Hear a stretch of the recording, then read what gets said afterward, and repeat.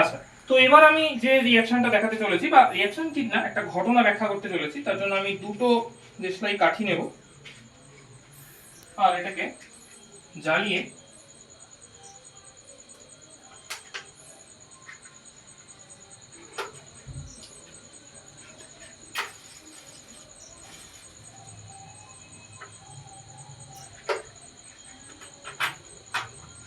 এর মধ্যে আমি ফেললাম।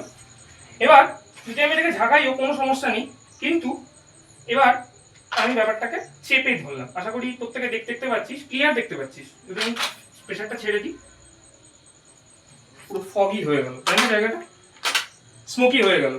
এই ঘটনাটাই আমাদের যে এই যে আমরা এত বলি পলিউশন হচ্ছে এবং শীতকালে স্মোক দেখতে পাই, স্মোক, তাই তো আমরা মানে ধোঁয়াশা যাকে আমরা বাংলায় জেনেছি, স্মোক প্লাস ফগ মানে স্মগ।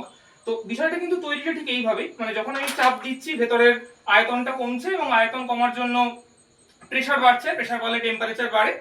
যদি একটা ক্লোজড মানে একটা জায়গা থাকে, এবং এটাই গেল-লুসাকের চাপ আয়তন সূত্র।